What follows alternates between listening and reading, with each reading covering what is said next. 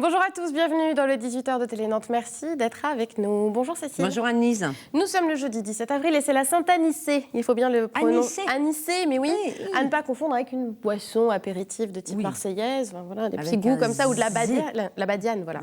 C'est un prénom rare, mais un prénom pourtant porté. Par un ministre de Mitterrand notamment. Voilà, bonne fête à tous les Anicés. Anicée, j'espère que je le dis bien. C'est pas facile. Non, pas facile. À 18h30, dans le 18h Info, nous reparlerons de Notre-Dame-des-Landes. Oui, c'est une info de nos confrères de Presse Océan qui est tombée cet après-midi. Et on va parler de Notre-Dame-des-Landes par le prisme de l'Europe, puisque la Commission européenne met en demeure la France. On vous expliquera tout ça tout à l'heure dans le journal de 18h30. Au sommaire également, la grogne des salariés de l'hôpital de Saint-Nazaire, à la fameuse cité sanitaire. Ils se sont mobilisés aujourd'hui, ils se sont invités au séminaire que tenait la direction de l'hôpital au casino de Saint-Brévin. Voilà. Ambiance. Oui, ambiance. Et puis en sport, nous évoquerons Pâques. Et en fait, les tournois de Pâques... pas la chasse aux œufs, c'est pas vraiment du sport. Bien sûr. La chasse au ballon, on pourrait le dire comme ça, avec un coup de projecteur particulier sur le tournoi de Pâques de la ville d'Orvaux qui a l'air de séduire, y compris des grands clubs internationaux. Voilà, à 18h45, Martine Buron sera l'invitée du 18h politique de Jean-Michel Naga. Martine Buron, c'est qui ? Eh bien, c'est la déléguée régionale à l'égalité, c'est pour la région Pays de la Loire, et elle est également présidente de la Maison de l'Europe. Donc, on aura plein de choses à se dire, c'est évident. Puis avant cela, on pourrait dire, Annelise, que ce 18h se fait très rock'n'roll. Ouais, très rock'n'roll. À l'exception de Sullivan, qui sera aussi avec nous. Oui, les rock. Mais ce soir, il nous parle de séries animées. C'est des séries qui sont un peu des dessins animés. Donc, il n'y aura pas de Princesse Sarah. Je vais déjà demander, parce que moi, c'était ce que je préférais. Il y aura plutôt Daria, sa petite cousine neurasthénique. On verra ça tout à l'heure. Et pour le côté rock'n'roll, on fera particulièrement un focus sur le groupe AC/DC, qui est dans les journaux ces derniers temps, puisque le guitariste Malcolm Young a décidé de se retirer pour des raisons de santé. Donc, l'avenir du groupe est-il mis en péril? On en parlera de ça, notamment avec notre invité, Baptiste Brelet, qui est nantais, fan du groupe depuis son plus jeune âge et qui sort un livre sur les tournées françaises d'ACDC. On verra ça tout à l'heure. 700 pages, le bouquin. Voilà. Pour les fans. Et tout de suite aussi, on va d'abord parler du Hellfest. Voilà, on est dans la thématique, on est à 2 mois de la prochaine édition, puis on a voulu savoir si le festival était encore menacé. C'est vrai que c'est un peu le serpent de mer. On a voulu voir si Hellfest allait rester à Clisson. C'est tout de suite.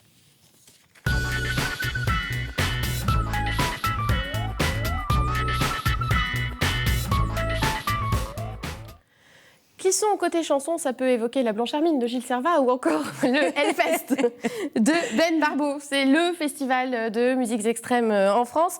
La prochaine édition, ce sera du 20 au 22 juin, la 9e édition déjà. Et puis, ça s'annonce être l'édition de tous les records. Il y a déjà 138 000... On dit ça presque tous les ans. Oui, mais c'est parce que ça va de plus en plus... fort et plus haut. 138 000 billets vendus en 1 mois et demi. Il y a déjà plus de passe 3 jours. Donc voilà, c'est la folie. Et c'est vrai que chaque année, on se réinterroge, c'est le spectre. Est-ce que le Hellfest va rester à Clisson? Est-ce qu'il va se faire chasser par les catholiques intégristes ou alors par une nouvelle mairie, notamment? Et comme vous le dites, c'est chaque année, en dehors du contexte politique nouveau à Clisson aujourd'hui, on s'est déjà posé cette question parce que d'abord, depuis le début, un festival de métal et de musiques extrêmes en plein vignoble, ça interrogeait, en l'occurrence ça se passe toujours très bien, c'est un festival qui a un énorme succès, mais vous l'avez dit Annie, cette année la mairie de Clisson, la municipalité pardon, a basculé politiquement et passé de gauche à droite. De là à se poser la question, reconnaissons-le, on a extrapolé, on a fait un peu de fiction et du coup on est allé voir sur place. La réponse, c'est tout de suite, maintenant, avec ce reportage d'Éric Egon. Bienvenue à Clisson, dit Clisson l'italienne, son château, son architecture toscane, la Sèvre nantaise qui traverse le cœur de la ville et une fois par an, son Hellfest. Il y a 3 semaines, à l'occasion des élections municipales, la ville a changé de maire. Jean-Pierre Coudray, maire PS de 2008 à 2014 et fervent supporter du festival, a perdu sa place au profit de Xavier Bonnet, maire d'hiver droite, lui aussi pro-Hellfest. Les retombées économiques de l'événement sont telles qu'elles dépassent tout clivage politique. La municipalité va soutenir le Hellfest. On s'aperçoit que les retombées touristiques notamment font que Clisson est connu au-delà des frontières du pays. Et je pense, sans avoir de chiffres exacts, que ça apporte pour l'économie locale et au-delà de la commune, parce que tout le vignoble, notamment, a des retombées et tous les hébergeurs jusqu'au-delà de Nantes en profitent aussi. On est vraiment sur une petite ville, donc tous les toutes les personnes qui s'étaient inscrites sur les listes, dans les 3 différentes listes, ont toujours été, entre guillemets, pro-Hellfest. Alors, pro-Hellfest, ils ne sont pas tous évidemment fanatiques du festival, mais ils avaient tous conscience, quelle que soit la liste, de l'importance d'un tel événement en termes d'image, en termes de retour qui soit touristique, économique, etc., etc. Donc, pour nous, ça ne change finalement pas grand-chose. Ça s'était très bien passé avec l'équipe sortante, et je suis persuadé que ça va continuer à très très bien se passer avec l'équipe qui arrive et qui se met en place pour les 6 prochaines années. Le festival fait aujourd'hui l'unanimité, mais ce n'était pas gagné en 2006 quand il s'est installé à Clisson. Aujourd'hui, habitants et commerçants marquent l'événement sur leur calendrier. Je trouve ça très bien parce qu'en fait on voit une population qui vient de partout, donc c'est quand même intéressant, ça anime un petit peu Clisson. Allez vous balader au Leclerc de Clisson le jour du Hellfest, toutes les caissières et autres têtes de gondole, ils ont tous des t-shirts Hellfest. Ça me fait rire, ça amène beaucoup de mouvements, beaucoup de nouvelles personnes dans la région, c'est très bien. On voit des têtes un petit peu nouvelles, ça c'est le moins qu'on puisse dire. Et puis je participe aussi justement au profit d'une association, ce qui fait qu'on côtoie tous ces festivaliers qui arrivent en grand nombre, et puis ça change un petit peu la vie de Clisson, quoi. Les Clissonnais n'ont plus peur des petits bonhommes noirs qui en 2006 pouvaient peut-être faire peur, mais aujourd'hui cette appréhension a disparu. J'y vais depuis le début, j'y ai participé en tant que bénévole dans des actions dans une association caritative, et là, vu les fonctions, j'y serai d'une autre manière, évidemment. Les préjugés qui ont pu être faits lors de l'arrivée de l'intronisation du Hellfest sur Clisson sont vite tombés. Et les gens se sont vite rendus compte que malgré l'apparence des gens qui participaient au Hellfest, se cachaient derrière finalement que des bisounours, entre guillemets. Néanmoins, un problème se pose pour l'édition 2015 du festival. Le nouveau lycée du Vignoble, situé en face de l'aire du festival, va accueillir les épreuves du baccalauréat au même moment que les guitares saturées et les cris gutturaux des métalleux. Bouger le festival plus loin en juillet, ça serait risqué effectivement de casser cette dynamique autour du bénévolat, parce que quand on arrive en juillet, les gens sont en vacances, etc. Donc c'est plus difficile. Nous avons aussi des gros festivals en Angleterre, en Allemagne, etc. etc. Et donc bouger cette date-là, c'est prendre le risque d'être hors circuit en termes de disponibilité artistique. Donc un danger pour le Hellfest. Est-ce qu'il ne faudra pas effectivement réfléchir à déménager le festival ou autre? On n'en sait rien, c'est encore très flou. Il existe pourtant une solution très simple, annuler le baccalauréat. La solution extrême, proposée par Éric Egon, mais c'est vrai qu'on en reparlera forcément. Oui, parce que le vrai flou, il est là quand même. Le flou existe encore, mais on voit qu'il y a quand même une unanimité autour de ce festival, donc on imagine qu'on arrivera à trouver un accord pour l'édition 2015. On redonne la programmation peut-être de cette édition, 9e édition, du 20 au 22 juin. Parmi les têtes d'affiche, il y aura Iron Maiden, Black Sabbath et Aerosmith, du lourd, comme chaque année. C'est déjà pas mal. C'est pas mal. Et puis peut-être une chose qu'on peut rajouter concernant ce festival, c'est son financement. Oui, Annelise.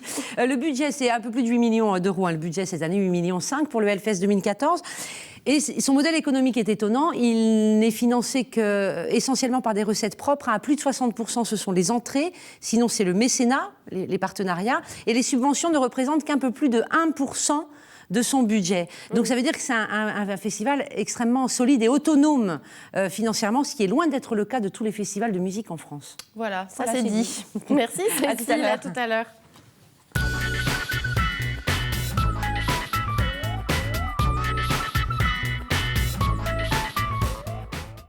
Et oui, vous qui aimez les musiques extrêmes, le hard rock, vous allez être servi, car on continue à en parler avec notre invité Baptiste Brelet. Bonjour. Bonjour. Et merci d'être avec nous. Vous êtes le co-auteur d'un ouvrage qui va apparaître en octobre, mais auquel on peut déjà souscrire sur le site internet, on en parlera. Ça s'appelle AC/DC Tour de France 1976-2014.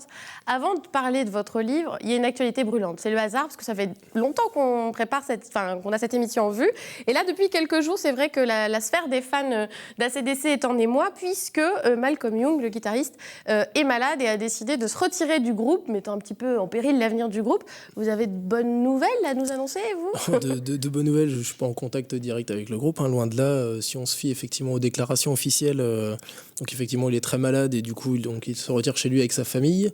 Pour autant, le chanteur du groupe annonce également une entrée du reste du groupe en studio, et c'est annoncé qu'ils vont faire de la musique. Alors après, on peut imaginer, rêver plein de choses, jouer avec ou sans lui, enfin bref, il y a pas mal de possibilités pour lesquelles, de toute Donc façon, c'est à pas l'heure la fin actuelle, du groupe en vrai. Enfin, en tout cas, le chanteur a dit c'est pas la fin du groupe. c'est pas annoncé comme tel, exactement. Il y a même un projet, plus ou moins, de tournée, puisque ce serait les 40 ans du groupe Ça a été et en 40 abordé, dates. 40 ans, 40 dates. Bon, là encore, ça a été annoncé bien avant, effectivement, le retrait de Malcolm pour des raisons de santé. Donc, C'est Malcolm, carrément, vous l'appelez par son prénom.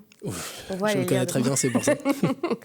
Donc en tout cas, voilà, c'est vrai que ça a agité un petit peu la presse ces derniers jours. On va repartir aussi sur les fondamentaux. AC/DC, c'est quoi? C'est 200 millions de disques, un groupe donc créé en 1973 en Australie, Exactement. et des tubes énormes. On va commencer peut-être par Highway to Hell, évidemment. Forcément, Vous avez le droit de danser. Hein. évidemment. Ça, c'est le plus gros tube. Ouais, tout le monde l'a plus ou moins au moins entendu une fois dans sa vie. Ouais, même j'imagine. moi. Je l'avais déjà quoi. entendu. Incroyable. Donc ça, c'est le gros tube du groupe. Ouais, exactement. Un parmi tant d'autres. Il y a aussi celui-là. C'est aussi un quiz, hein, si vous voulez. C'est vrai. Trop facile. J'hésite. Alors, Back in Black, je pense. Back in Black, voilà. On est dans les codes. Hein. Il y a de l'enfer, il y a le L, il y a le black, il y a le noir. C'est les codes aussi de la musique, c'est les mots récurrents. Ouais, même si en plus à l'époque ça faisait frémir évidemment. Ça a quand même beaucoup changé. On parle notamment du Hellfest, donc évidemment on voit que les mœurs évoluent. Mais à l'époque c'était.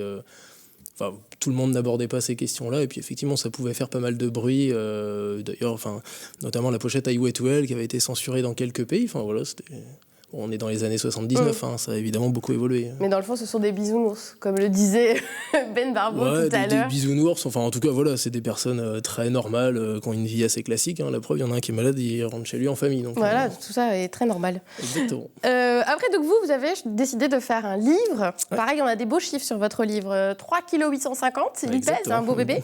700 pages, 200 interviews, 1200 photos, à peu près 85% qui sont exclusive. 7 ans de travail. Ouais. C'est vraiment un sacré... C'est un sacré travail.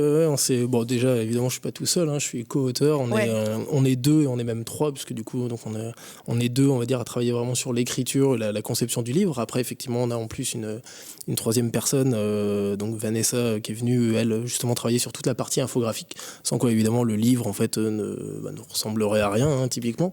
Donc, effectivement, on s'est lancé à 3 dessus il y a 7 ans. Parce qu'on a évidemment tous un travail à côté, donc on fait ça parce qu'on est passionnés. Vous n'êtes pas des professionnels, hein. Du tout, non, même si votre co-auteur, Philippe Laja, qui est journaliste au sein de Rencard, exactement. Donc, il est journaliste dans un magazine spécialisé. Tout à fait. Il est rédacteur en chef du magazine, l'infographiste, donc Vanessa Gert en l'occurrence, c'est également son métier. Moi, je travaille dans la presse, mais sur une partie, on va dire, complètement différente. On a fait ce livre parce qu'on est fan du groupe. Et puis, effectivement... exactement. C'est même que ça, d'ailleurs. Et donc, effectivement, 7 ans, c'est très long. Enfin, c'est très long, parce qu'on a d'autres activités à côté. Donc, on s'est lancé là-dedans, retracé leur parcours en France, depuis 1976, donc les toutes premières dates, jusqu'à 2014. Et donc voilà, on a été chercher toutes les personnes qui ont travaillé de près ou de loin avec eux, tous les groupes de première partie, français, anglo-saxons et ainsi de suite. Donc effectivement, on a compilé tout ça et voilà, à l'arrivée, c'est 700 pages. Et donc, il y a votre collection perso, à l'un comme à l'autre, dans ce livre-là, collection de photos, collection de billets de concert, etc. Mais vous avez aussi fait un appel on a au fait public. des appels à témoins, parce que, évidemment, même déjà... localement, d'ailleurs. Même localement, au sein de Ouest France et Presse Océan, entre autres.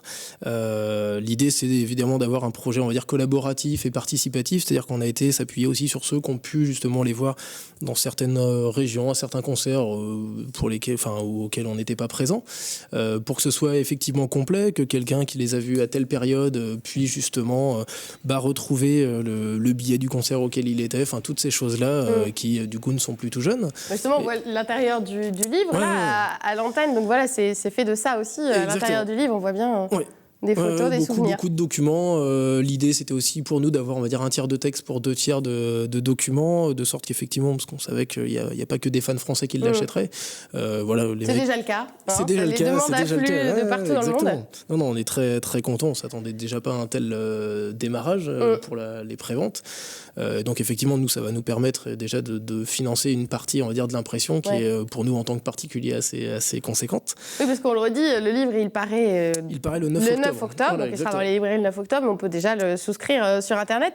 Est-ce que vous avez aussi eu envie de faire ce livre parce que ça n'existait pas? Parce qu'il n'existait pas finalement une somme qui réunisse l'histoire du groupe sur autant d'années? C'est exactement ça. Déjà, c'était de faire un livre tel que nous, on le rêvait. En fait, le livre qu'on aurait aimé qu'il sorte et se dire, on va le faire.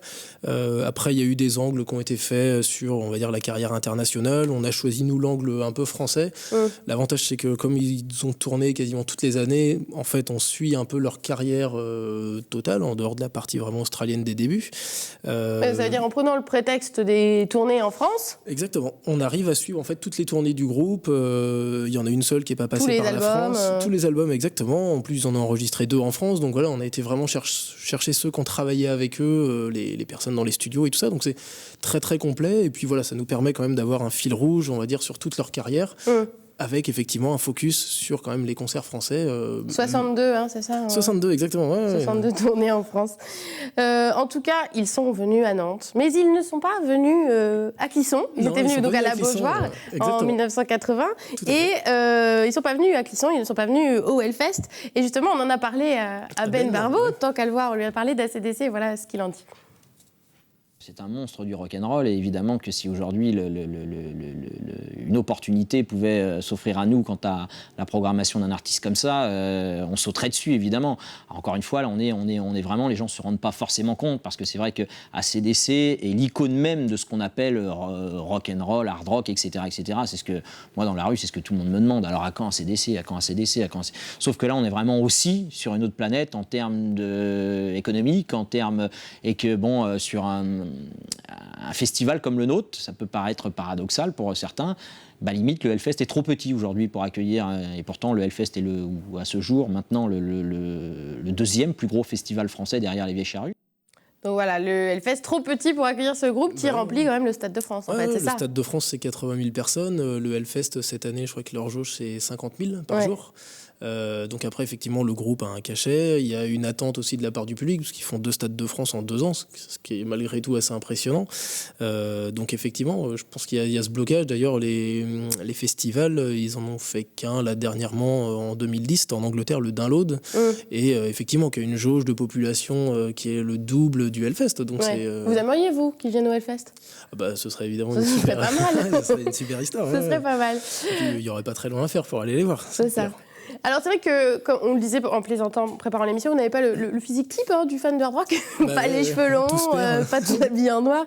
Mais vous, qu'est-ce qui vous plaît dans ce groupe-là? C'est pourquoi celui-là et puis pas un autre finalement? Déjà effectivement il y a la partie musicale, on va dire le côté, c'est vrai qu'ils ont une base rythmique, on va dire, comme un moteur, je sais pas en fait, c'est très carré, ça fait taper du pied. Après effectivement en plus ça reste, en tout cas, nous, on a pu le voir en plus avec le livre, mais on le savait déjà avant. C'est des personnes vraiment honnêtes, intègres, qui sont assez simples, en fait. C'est vrai qu'en dehors des tournées et des concerts, c'est le calme plat, et en même temps, c'est tout ce qu'on leur demande, c'est de jouer, et puis c'est des concerts super énergiques. Depuis les tout premiers jusqu'à maintenant. Grand public aussi, tout le monde, comme vous l'avez dit, a déjà entendu Highway to Hell, et puis voilà, ça reste accessible. Quoi. Même si je pense que ça a évolué, on s'en rend compte d'ailleurs dans le livre, c'est qu'au début, vraiment dans les années 80, déjà l'image même du hard rock était pas du tout la même. C'était une musique, on va dire, qui était vraiment mise à part et qui était réservée à une population qui était un peu mise de côté. Et puis évidemment, maintenant, on assiste à des stades de France où les personnes viennent en famille, mais ça a quand même beaucoup changé. Avant, c'était plus... le monde des concerts, c'était vraiment rock'n'roll où les personnes, des fois, arrivaient avec des barres de fer et de ça. Il y avait un peu de castagne et de ça. Évidemment, maintenant, c'est plus du tout le cas. C'est plus familial. Ouais, exactement. C'est beaucoup plus familial. Donc, on l'aura compris, vous êtes fan du groupe. Donc, on vous fait l'interview Être fan. C'est parti. Être fan. Oui, voilà. Je dis qu'Obispo et ACDC, c'était une bonne rencontre, finalement. Petite question piège, juste aussi pour le plaisir de la réponse. Comment est mort le premier chanteur d'ACDC, Bon Scott? On va dire les excès du rock'n'roll. Non, il s'est endormi dans sa voiture. Voilà. Il s'est pas étouffé dans son vomi. C'est ça la légende quand même. Ouais, la légende. Après, une soirée un peu trop arrosée. Et... Voilà, il a mal fini. Voilà.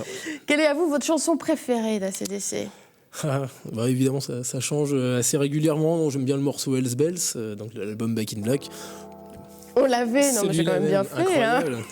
On entend les cloches. Non, c'est bon. Après, c'est toute une histoire. Et puis c'est vrai que les ayant découvert, alors pour moi en tout cas assez tôt, j'avais 9 ans. Bah, forcément, c'est des choses qui marquent. En plus, j'accroche ça évidemment à pas mal de périodes qui me sont chères. Donc voilà, c'est un tout. C'est cette chanson-là, Hells Bells, qu'on entend en fond. Exactement. Vous les avez vu combien de fois en concert? Une dizaine de fois, ce qui est somme toute assez normal pour. Exactement, c'est ça. J'ai pas eu non plus l'occasion d'en faire 10 000. Le plus loin que vous soyez allé? Ça doit être Barcelone. Bilbao, peut-être. Ouais, en Espagne, en tout cas. Exactement. Vos plus beaux objets de collecte? Le plus bel objet de collecte? C'est après chacun met un peu ce qu'il veut derrière. Non, je veux des t-shirts un peu plus rares, des passes, des billets. Bon, ça après ça a de la valeur à mes yeux, mais après chacun. Bah oui, c'est ça, de toute façon, ça a une valeur sentimentale. Tout à fait. Merci beaucoup d'être venu nous parler d'ACDC, en tout cas. Et puis on rappelle que le livre existe déjà. Il y a un site qui est très bien documenté, où il y a des vidéos déjà. Enfin, il y a déjà pas mal d'infos sur le groupe. Et puis vous pouvez souscrire déjà, avoir le livre en exclusivité avec des petits cadeaux bonus, justement. Exactement, c'est ça. Avant sa sortie officielle. Pour remercier ceux qui nous aident. Exactement. Voilà, qui vous soutiennent dans votre projet. Ils sont déjà nombreux. Et donc. Il sera dans les librairies à partir du 9 octobre. Tout à fait. Voilà, on a tout dit. Merci beaucoup. Et puis vous restez avec nous puisque nous accueillons tout de suite notre chroniqueur de série qui nous parle de séries animées.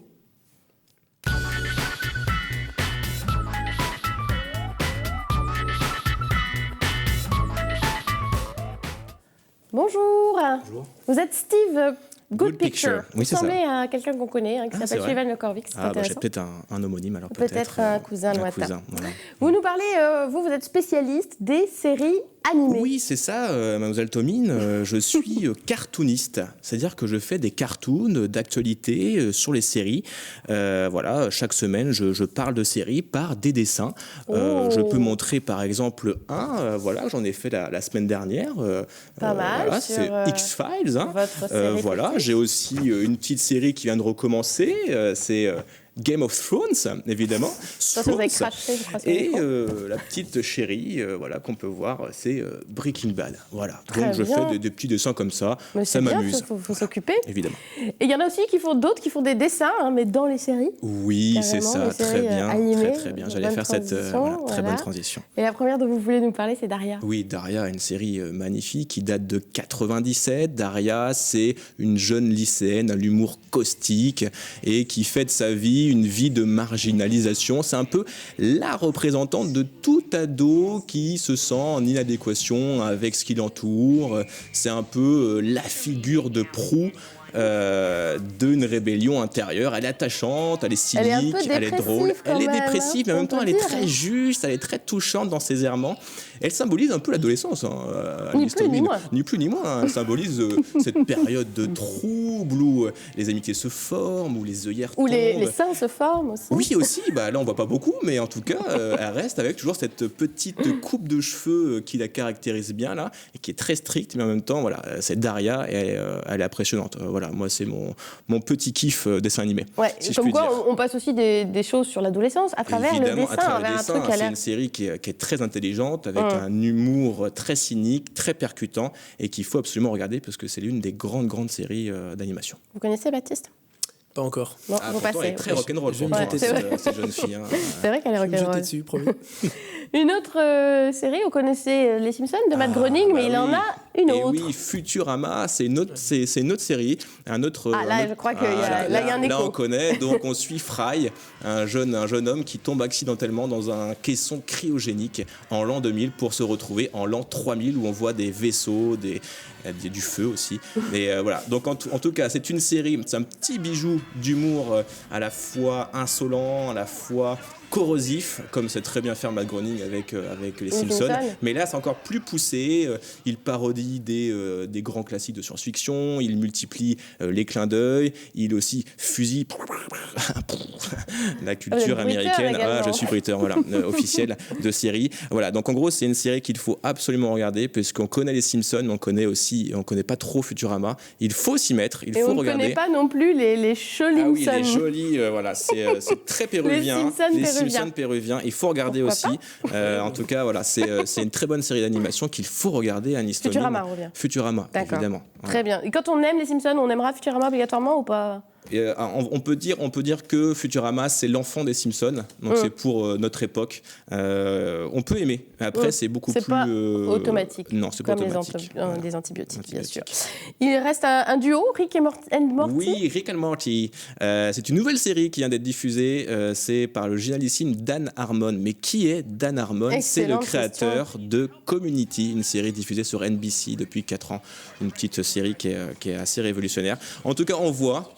c'est un grand-père qui est un peu la version ivrogne du doc dans Retour vers le futur, couplé avec un Doctor Who pour ses connaissances scientifiques. Voilà. Donc en gros, c'est un personnage excentrique qui voyage dans le temps et l'espace, dans divers univers, avec son petit-fils qui s'appelle Morty, voilà, qui est un peu dégénéré, qui est un peu bonnet, mais voilà, c'est ce couple qui est très terre à terre, en même temps très excentrique, très tout ce qu'il faut. Et il faut regarder parce que c'est très bien orchestré. Il y a beaucoup de références geeks. Je crois que vous avez utilisé le mot très 72 fois. Oui, je pense aussi. Mais en fait, je suis cartooniste et aussi je suis officiel de trait. Voilà. Il reste 10 secondes. On me réclame en régie le fusil parce que vous l'avez très bien fait. Voilà. Aussi. Voilà, ce sera l'explosion finale de cette émission. Merci beaucoup Baptiste Bollé d'avoir été avec nous et merci Sullivan, merci à vous de nous avoir regardés.